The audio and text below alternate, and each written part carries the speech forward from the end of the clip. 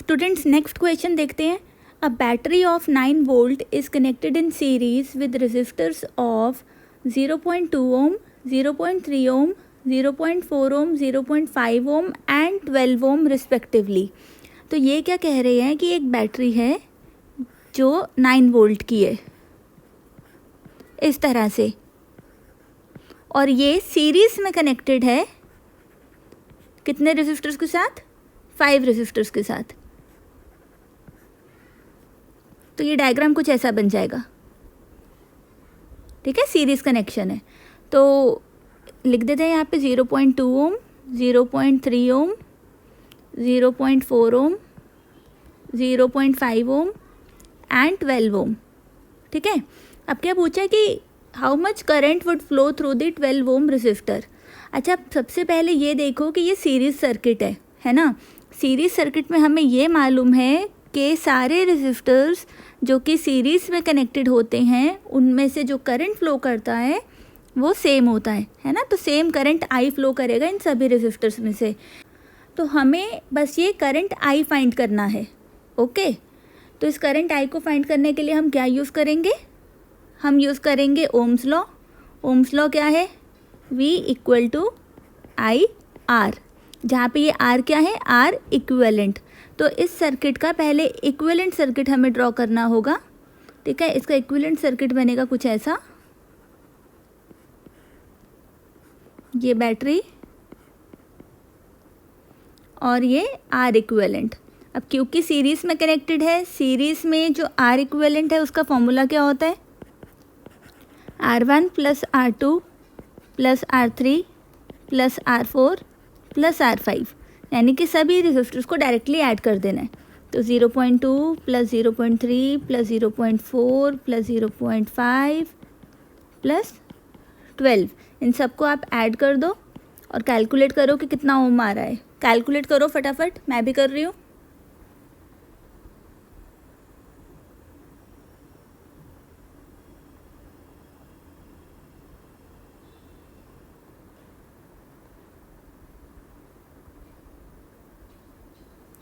तो ये आ रहा है 13.4 ओम.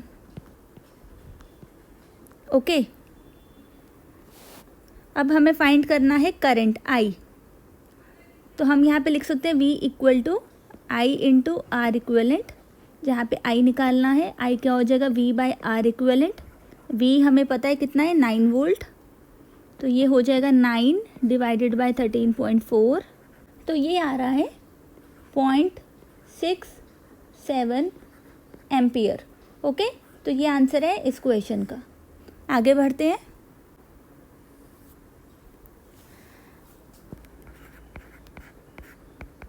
How many 176 ohm resistors in parallel are required to carry a current of 5 ampere on a 220 volt line. Okay. तो सबसे पहले हम इसका डायग्राम बनाते हैं. तो हमसे पूछा है कितने रेजिस्टर्स ऐसे हैं जिनकी रेजिस्टेंस 176 ओम है, और जब हम उन्हें 220 वोल्ट के अक्रॉस लगाएंगे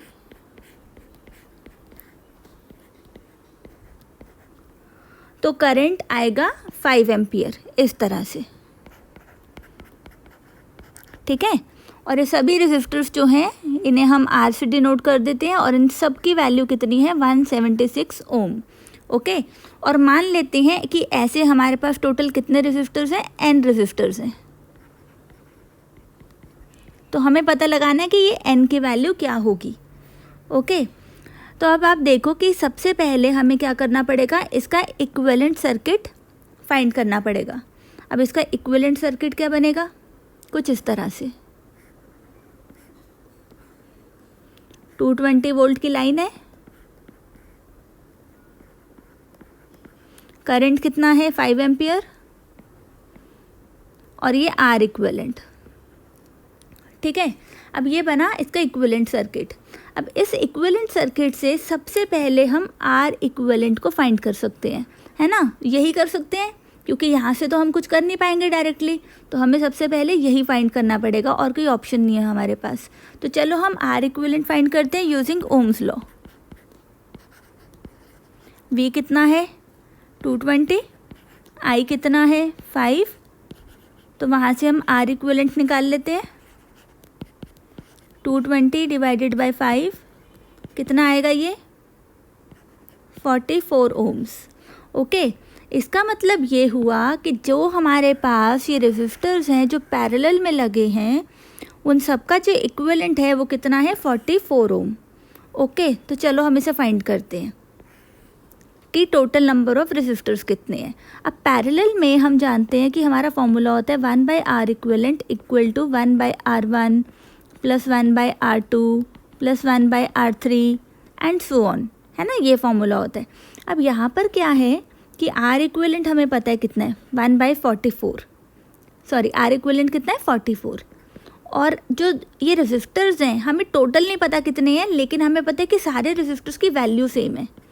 तो 1/176 प्लस 1/176 एंड सो ऑन। कब तक हम इसको ऐड करेंगे, n टाइम्स ऐड करेंगे, है ना। तो हम इसको क्या लिख सकते हैं 1/44 इक्वल टू n/176, और यहाँ से हम अब n की वैल्यू निकाल सकते हैं। तो n की वैल्यू फाइंड करो।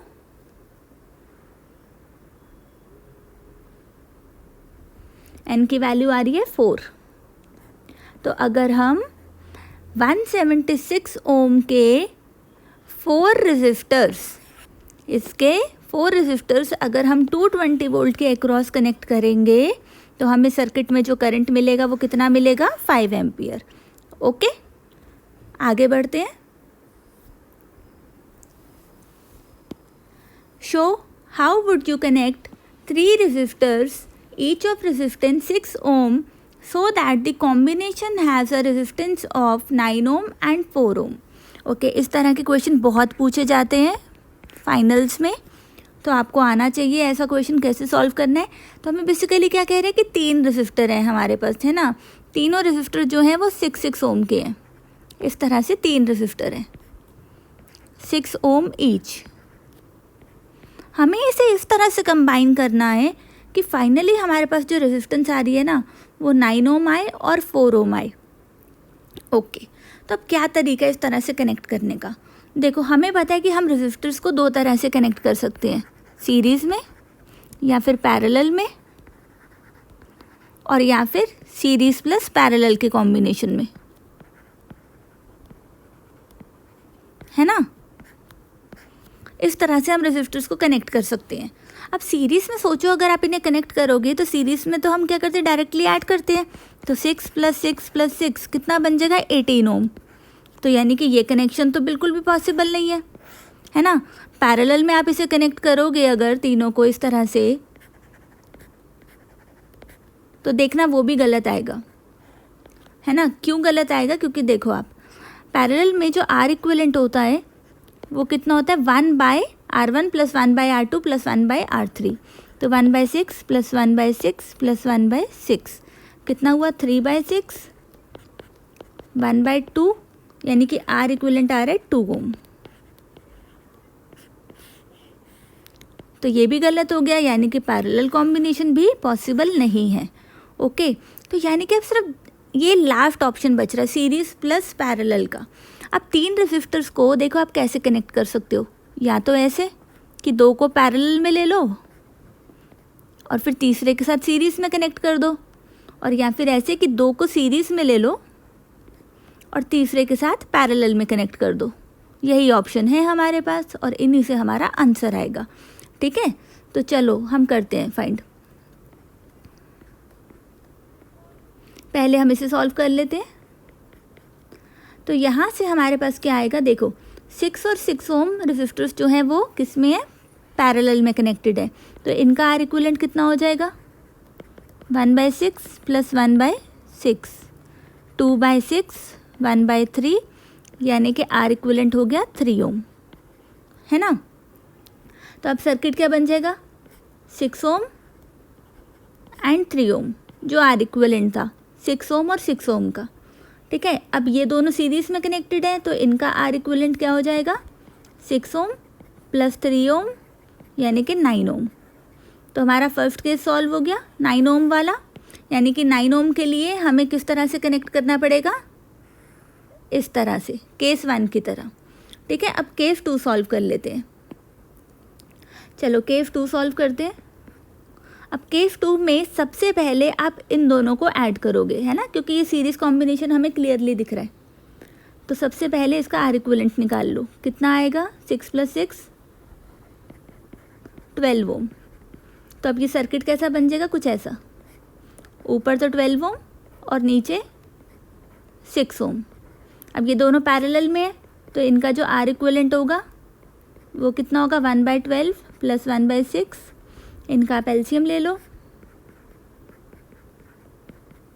3/12 यानी कि 1/4। तो आर इक्विवेलेंट कितना आ जाएगा यहाँ पर, 4 ओम, है ना, जो कि हमें केस 2 के लिए चाहिए था। तो केस 2 जो है उसके लिए आप कैसा कनेक्शन करोगे, ऐसा, यानी कि 2 रेसिस्टर्स को सीरीज़ में और फिर तीसरे को उन दोनों के कॉम्बिनेशन के साथ पैरेलल में। आई होप आपको क्लियर हुआ होगा। आगे बढ़ते हैं। तो यहाँ लिखा है कि several electric bulbs designed to be used on a 220 volt electric supply line are rated 10 watt. How many lamps can be connected in parallel with each other across the 2 wires of 220 volt line if the maximum allowable current is 5 ampere? Okay. सबसे पहले diagram बनाना पड़ेगा हमें। ठीक है, हमसे पूछा गया है कि भाई आप एक 220 वोल्ट की लाइन पर एट मैक्सिमम कितने बल्ब्स जो है पैरेलल में कनेक्ट कर सकते हो ताकि जो मैक्सिमम अलाउेबल करंट है वो 5 एम्पियर रहे। अब पैरेलल में कनेक्ट करने से क्या है ना कि रेजिस्टेंस कम होती है, ओवरऑल रेजिस्टेंस जो है वो कम होती है। तो जितने ज़्यादा रेजिस्टर्स को आप पैरेलल में कनेक्ट करते जाओगे ना, ओवरऑल रेजिस्टेंस कम होगी और ओवरऑल रेजिस्टेंस कम होने की वजह से जो करंट है वो बढ़ेगा। मैं इस चीज़ को लिख देती हूँ यहाँ पर कि in parallel overall resistance decreases, therefore the more resistors we connect,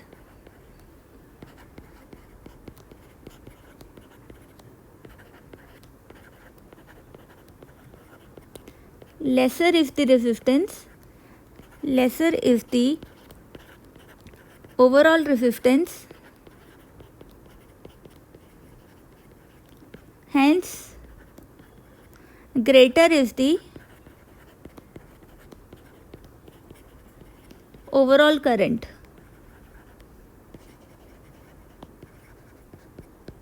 okay तो इसीलिए जो रेजिस्टर्स हम कनेक्ट कर रहे हैं ना उस पर एक लिमिट लगी हुई है, क्योंकि आप 5 एम्पियर से ज़्यादा का करंट नहीं चाहते हो अपने सर्किट में। ओके अच्छा, हमने ऐसा क्वेश्चन पहले भी किया था, है ना, इसी एक्सरसाइज में पहले भी ऐसा क्वेश्चन था जिसमें हमें n की वैल्यू फाइंड करनी थी क्योंकि n number of resistors connected थे। पर वहाँ पे ना एक चीज़ दे रखी थी कि रेजिस्टर की रेजिस्टेंस हमें दे रखी थी, यहाँ पे वो नहीं दे रखी। यहाँ पर हमें ये नहीं पता कि भाई जो हमारा बल्ब है उसकी रेजिस्टेंस जो है वो क्या है, रेजिस्टेंस हमें नहीं पता। तो हमें क्या पता है, हमें उसकी रेटिंग पता है। उसकी रेटिंग कितनी है, 220 वोल्ट पर वो जो बल्ब है वो 10 वाट पावर खींचता है, हमें ये पता है। ओके हमें उसकी रेटिंग पता है। तो हम ये जो रेटिंग उसकी दे रखी है हमें 10 वाट 220 वोल्ट पर वो खींचता है, वहाँ से हम इसकी रेजिस्टेंस पहले निकालेंगे। ठीक है, तो सबसे पहले हम रेजिस्टेंस फाइंड करते हैं बल्ब की।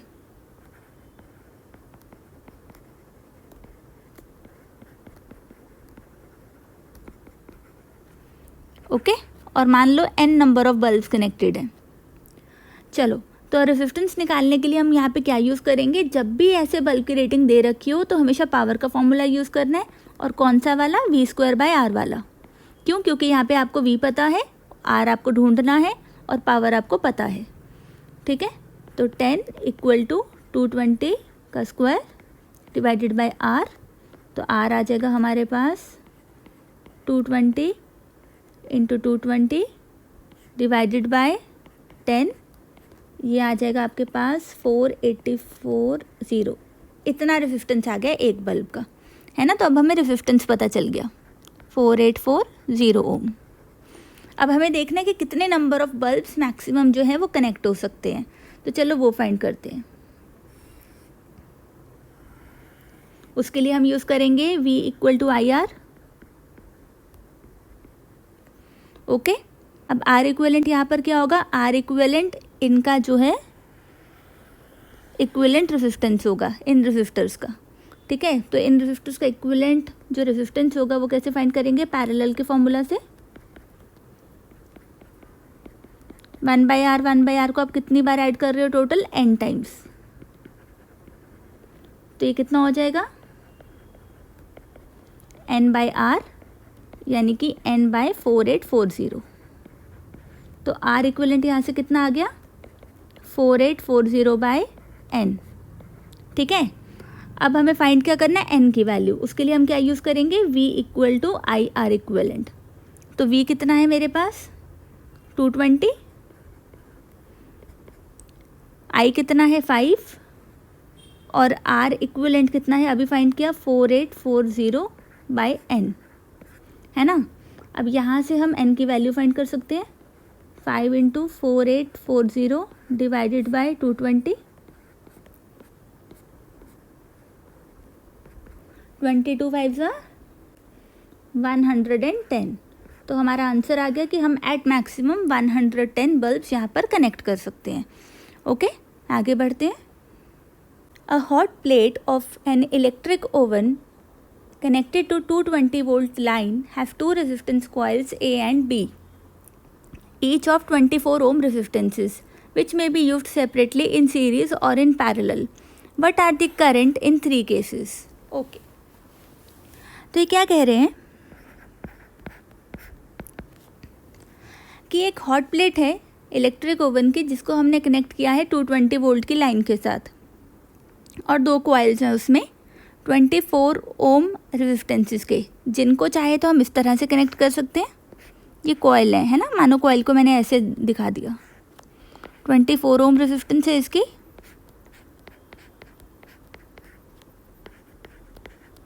या तो सेपरेटली यूज़ कर सकते हैं या फिर सीरीज़ में, और या फिर पैरेलल में।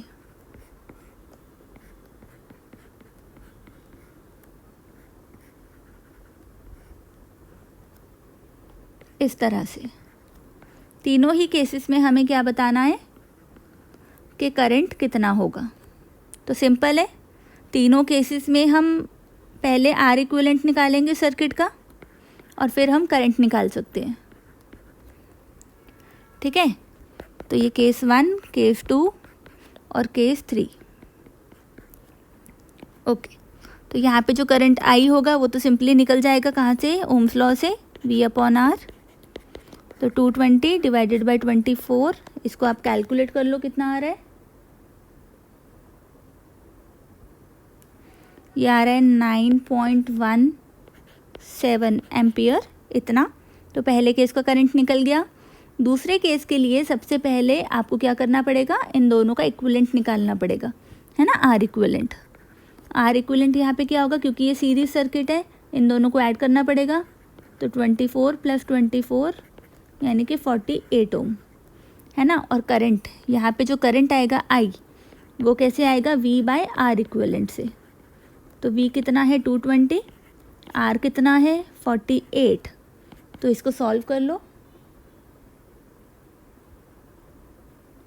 ये आएगा 4.58 एम्पियर। ओके, अब थर्ड केस में पहले इन दोनों का आर इक्विवेलेंट निकालना पड़ेगा, जिसे आप पैरेलल के फॉर्मूला से निकालोगे। ओके, तो ये हो जाएगा 2/24, यहाँ से आर इक्विवेलेंट आ जाएगा आपके पास 12 ओम। अब आई निकाल लो, यहाँ पे करंट कितना फ्लो करेगा सर्किट में, तो आई आएगा हमारे पास V/R से। इसे सॉल्व कर लो, 18.3 एम्पियर। ओके, तो तीनों केसेस में हमारे पास करंट आ गया। अगर क्लियर हुआ तो आगे बढ़ो। Compare the powers used in the 2 ohm resistor in each of the following circuits. Okay, तो 2 सर्किट हमें दे रखे हैं, दोनों में हमें बताना है कि 2 ohm के अक्रॉस कितनी पावर यूज़ हुई। तो पहला जो सर्किट है उसमें क्या दे रखा है, 6 वोल्ट की बैटरी कनेक्टेड है सीरीज में with 1 ohm and 2 ohm register. Okay, तो इसका डायग्राम बना लेते हैं फर्स्ट केस का।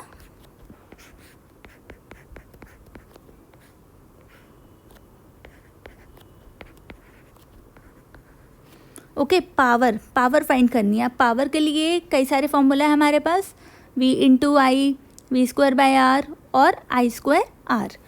तो यहाँ पे जो सबसे इजी फॉर्मूला है यूज़ करना वो है I²R, क्योंकि करंट इसमें इजीली फाइंड हो जाएगा। ठीक है, करंट कैसे फाइंड करेंगे हम, I = V/R इक्वलेंट। V कितना है 6 वोल्ट, R इक्वलेंट इन दोनों को ऐड करके आ जाएगा 6/3 यानी कि 2 एम्पियर। तो करंट आ गया, यहाँ से पावर आ जाएगी, पावर अक्रॉस 2 ohm रजिस्टर। ये पावर कितनी आएगी I²R। तो I कितना है हमारे पास 2, R कितना है 2, तो ये आ गया हमारे पास 8 वॉट। ओके, इसका आंसर आ गया। अब second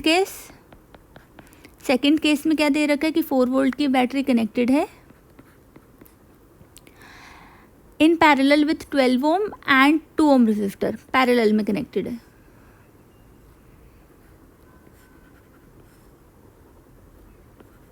Om and 12 ohm register और बैटरी की वोल्टेज 4 वोल्ट। अब केस 2 में आपको पावर निकालनी है किसके अक्रॉस, 2 ohm रजिस्टर के अक्रॉस। ओके, तो 2 ohm रजिस्टर के अक्रॉस पावर निकालने के लिए यहाँ पर हम डायरेक्टली फॉर्मूला यूज़ कर सकते हैं V²/R का, क्योंकि पैरेलल में कनेक्टेड है, यानी कि इन दोनों रजिस्टर के अक्रॉस जो पोटेंशियल ड्रॉप है वो कितना है 4 वोल्ट का। ओके, तो V हमें डायरेक्टली पता है, रेजिस्टेंस कितनी है जिसके अक्रॉस हमें पावर देखनी है 2 ohm, तो इसको लिख लो और अब इसको आप सॉल्व कर लो। सॉल्व करने से आंसर कितना आएगा 8 वॉट। ओके, तो ये भी आ गया। आगे बढ़ते हैं। 2 lamps, one rated at 100 watt at 220 volt and other rated at 60 watt at 220 volt are connected in parallel to electric main supply. What current is drawn from line if the supply voltage is 220 volt? Okay, तो ये क्या कह रहे हैं कि 2 lamp है हमारे पास, है ना, एक लैंप और दूसरा लैंप। इनको हम नाम देते हैं लैंप 1 और लैंप 2। इन दोनों को हमने 220 वोल्ट के अक्रॉस कनेक्ट कर रखा है इस तरह से। अब ये क्या पूछ रहे हैं कि अगर हमने इन दोनों को पैरेलल में कनेक्ट कर रखा है तो इस लाइन से करंट कितना विड्रॉ होगा। ओके, लेकिन करंट निकालने के लिए तो हमें क्या चाहिए, हमें ओम्स लॉ का यूज़ करना पड़ेगा, जो कि ये है। इसके लिए हमें R इक्विवेलेंट चाहिए, यानी कि हमें इन दोनों का इक्विवेलेंट रेजिस्टेंस चाहिए। अब इन दोनों के इक्विवेलेंट रेजिस्टेंस के लिए हमें लैंप 1 और लैंप 2 की रेजिस्टेंसेस चाहिए, जो कि कहाँ से आएगी, इनकी रेटिंग से।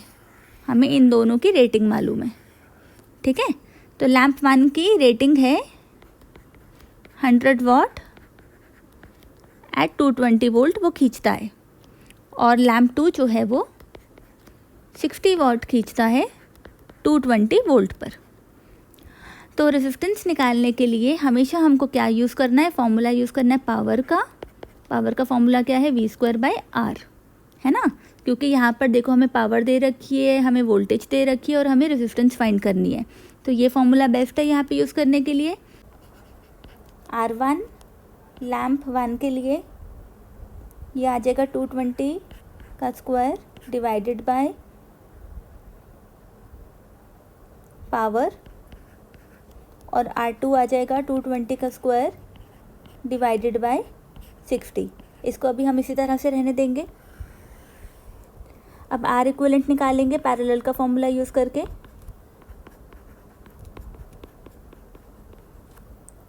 तो R1 कितना है, 220 का स्क्वायर डिवाइडेड बाय 100, तो इसको हम ऐसे लिख सकते हैं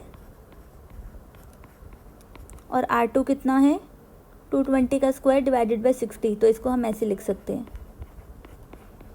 ठीक है, तो अब आपको समझ में आया होगा क्यों मैंने इसको पहले सॉल्व नहीं किया। यहाँ पे हमारे लिए सॉल्व करना इजी रहेगा।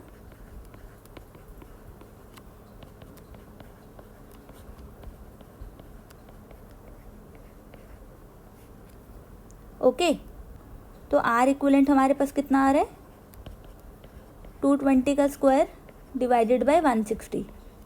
ओके, अब हमें करंट फाइंड करना है। करंट फाइंड करने के लिए हम क्या करेंगे, ये फॉर्मूला यूज़ करेंगे। तो V हमें दे रखा है 220 और R इक्विवेलेंट हमने अभी फाइंड किया कितना है 220 का square divided by 160।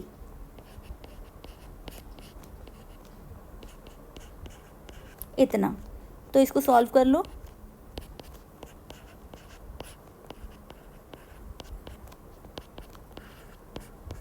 Eight bye 11 ampere, ये इसका आंसर है। ठीक है, आप चाहे तो फ्रैक्शन को सॉल्व कर सकते हो। ये आएगा 0.728 एम्पियर, इतना। तो चाहे तो आप फ्रैक्शन में छोड़ दो और चाहे तो आप पूरा सॉल्व कर सकते हो। ओके, आगे बढ़ते हैं। Which uses more energy, this और दिस। ओके, तो एनर्जी का मतलब यहाँ पे हमें हीट एनर्जी का फॉर्मूला यूज़ करना पड़ेगा। ओके, अब हीट एनर्जी का जो फॉर्मूला है, कई सारे फॉर्मूला हमने पढ़े, पावर की फॉर्म में है एक तो उसका फॉर्मूला, और बाकी उसके फॉर्मूलाज कौन कौन से हैं मैं लिख देती हूँ।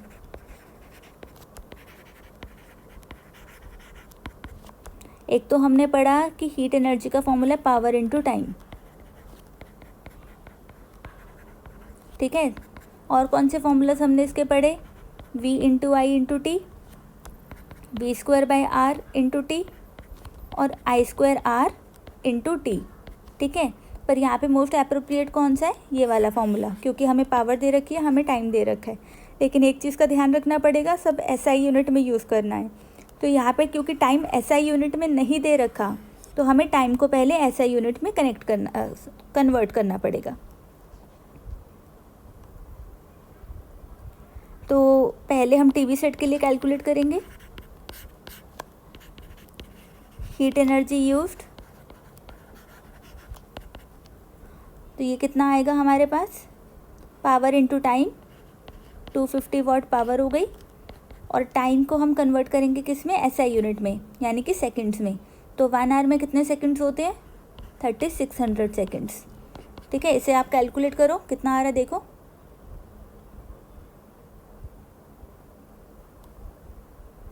ये आ जाएगा आपके पास 9 इंटू 10⁵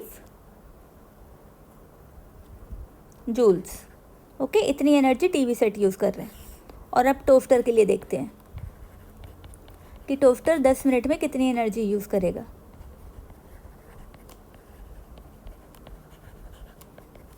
तो ये आ रहा है हमारे पास 1200 वॉट इसकी पावर हो गई, और टाइम SI यूनिट में कितना हो गया, 10 मिनट को हमें किस में चेंज करना पड़ेगा, सेकंड में। तो 1 मिनट में कितने सेकंड, 60 सेकंड्स। तो 10 मिनट में कितने सेकंड हो जाएंगे, 10 into 60, 600 seconds. Okay,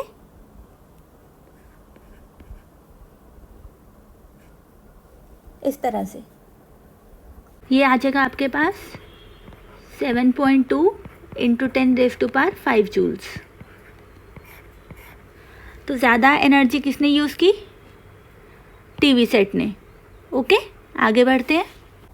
An electric heater of resistance 8 ohm draws 15 ampere from the service means 2 hours. Calculate the rate at which heat is developed in the heater. अच्छा, यहाँ पर बच्चे सबसे ज़्यादा गलती करते हैं, क्योंकि वो सिर्फ हीट वर्ड पढ़ लेते हैं, लेकिन ये नहीं देखते कि यहाँ पर क्या लिखा है। You have to calculate the rate at which heat is developed. Rate at heat which is developed मतलब हो गया पावर। तो हमें यहाँ पे पावर निकालनी है। ठीक है, अब पावर कैसे निकालेंगे हम, पावर में टाइम का कोई सेंस नहीं है, कोई यूज़ नहीं है। पावर के लिए हम डायरेक्टली यहाँ पर कौन से फॉर्मूलाज यूज़ कर सकते हैं, V स्क्वायर बाई आर, या फिर VI, या फिर I square R, depending upon कि आपको कौन सी इन्फॉर्मेशन दे रखी है। क्योंकि यहाँ पे आपको करंट दे रखा है और रेजिस्टेंस दे रखा है, तो हम कौन सा फॉर्मूला यूज़ करेंगे, I²R का। तो पावर हो गया हमारे पास 15² × R। ओके, तो इसे सॉल्व कर लो, कितना आएगा, ये आएगा 1800 वाट। तो पावर कितना आ गया अपने पास, 1800 वाट। ठीक है, ये क्या हुआ, rate at which heat is developed. ये क्वेश्चन भी बहुत इंपॉर्टेंट है।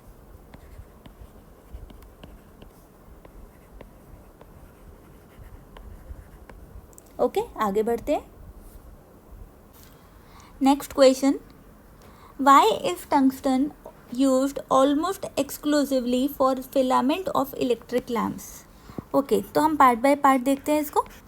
पहले हम पार्ट ए को एक्सप्लेन करते हैं कि टंगस्टन जो है वो इलेक्ट्रिक लैम्प की फिलामेंट में यूज़ क्यों होता है। अब देखो क्या होता है कि इलेक्ट्रिक लैम्प जो है उसमें जो एनर्जी कन्वर्जन होता है वो किस तरह का होता है, electrical energy to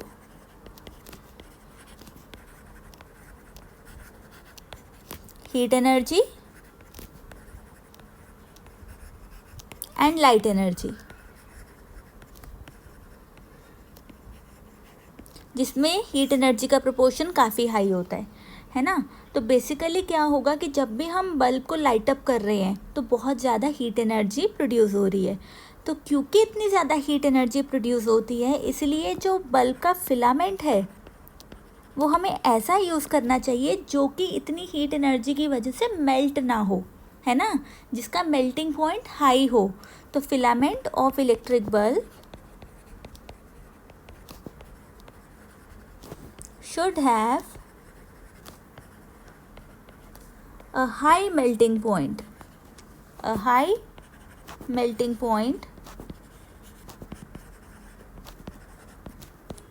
to retain the heat produced। Tungsten जो है उसका मेल्टिंग पॉइंट काफ़ी हाई है, इसलिए हम उसे यूज़ करते हैं। Tungsten has high melting point of 3380 degrees Celsius. Therefore, it is used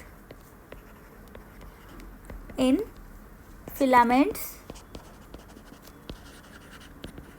of electric bulb। Okay, आया समझ, आगे बढ़ते हैं। Part B, why are the conductors of electric heating devices such as bread toasters and electric irons made of alloy rather than a pure metal. Okay, तो इसका जो answer है वो ये है कि जो एलॉयज़ होते हैं ना, alloys have higher resistivity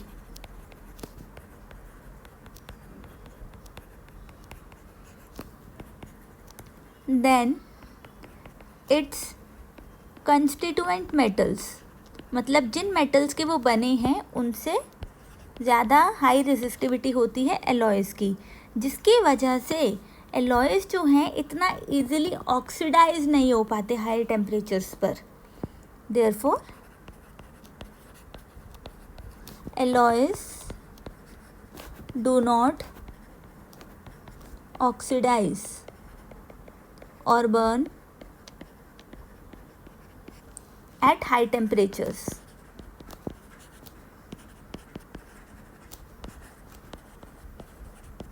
Therefore, alloys are used in place of the constituent metals, है ना। अब होगा क्या, ब्रेड टोस्टर या फिर इलेक्ट्रिक आयरन में तो टेम्परेचर बहुत हाई चला जाता है। इतना हाई अगर चला गया तो मानो वो किसी भी मेटल का बना है तो क्या होगा कि वो मेल्ट हो जाएगा, है ना, इजीली बर्न हो जाएगा या फिर इजीली ऑक्सीडाइज हो जाएगा। तो हमें ऐसे में क्या चाहिए, एक ऐसा चीज़ से हम उसे बनाएं जो कि इजीली बर्न ना हो, जो कि इजीली ऑक्सीडाइज ना हो। इसीलिए हम क्या यूज़ करते हैं, एलॉयज़ का यूज़ करते हैं। आगे बढ़ते हैं। Part C, why is the series arrangement not used for domestic circuits. Okay, तो अब सीरीज अरेंजमेंट में क्या है ना कि मानो आपके पास एक इलेक्ट्रिक बल्ब है और एक इलेक्ट्रिक हीटर है, आपने इन दोनों को सीरीज़ में जॉइन कर दिया। हम जानते हैं सीरीज़ में करंट सेम फ्लो करता है। तो आप खुद सोचो कि क्या ये प्रैक्टिकल है कि इलेक्ट्रिक बल्ब और इलेक्ट्रिक हीटर दोनों को सेम करंट मिल रहा है? नहीं है ना प्रैक्टिकल। किसको ज़्यादा करंट चाहिए ऑपरेट होने के लिए? इलेक्ट्रिक हीटर को ऑब्वियसली, इलेक्ट्रिक बल्ब को कम चाहिए। तो इसीलिए सीरीज़ जो है वो डोमेस्टिक सर्किट्स के लिए एक प्रॉपर अरेंजमेंट नहीं है। तो इसमें पहला रीज़न आप लिख सकते हो कि in series same current flows through all devices, which is not practical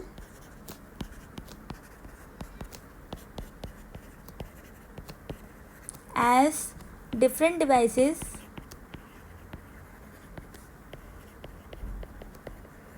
operate at different currents.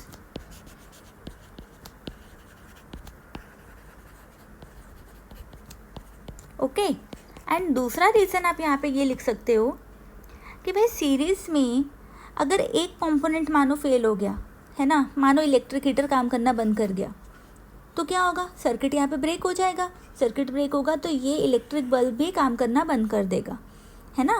तो in series if one of the elements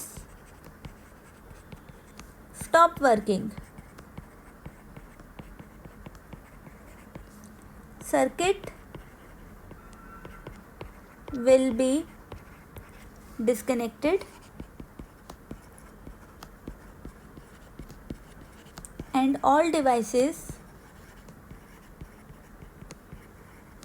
will stop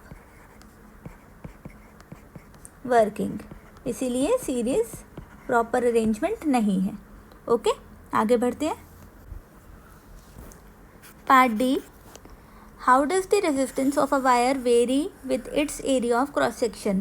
तो हमें पता है कि रेजिस्टेंस का फॉर्मूला क्या है, रो एल बाई ए, जहाँ पर रो रेजिस्टिविटी है, एल लेंथ है, A area of cross section है।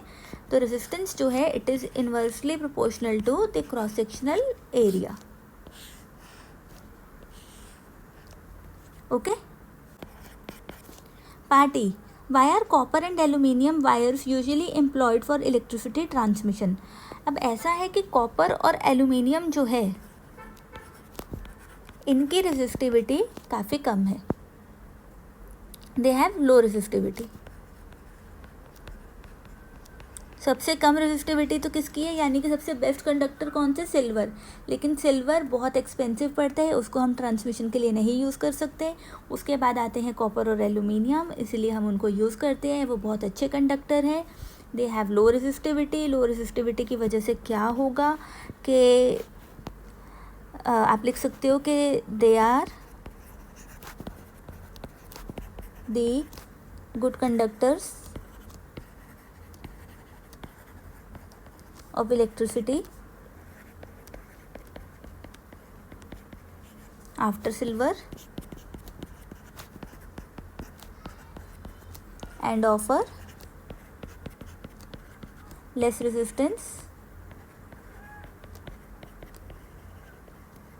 to flow of current, है ना। दूसरा ये भी है कि रेजिस्टेंस जितना कम होगा उतना ही हीट भी कम प्रोड्यूस होगा। ओके, तो एनर्जी लॉसेस बहुत कम होंगे, पर आप इतना लिख सकते हो, इतना काफ़ी है। यू कैन राइट कि सिंपली उनकी लो रेजिस्टिविटी है, they are good conductor, so they will provide less resistance to the flow of current and that is why they are used in electricity transmission. Okay.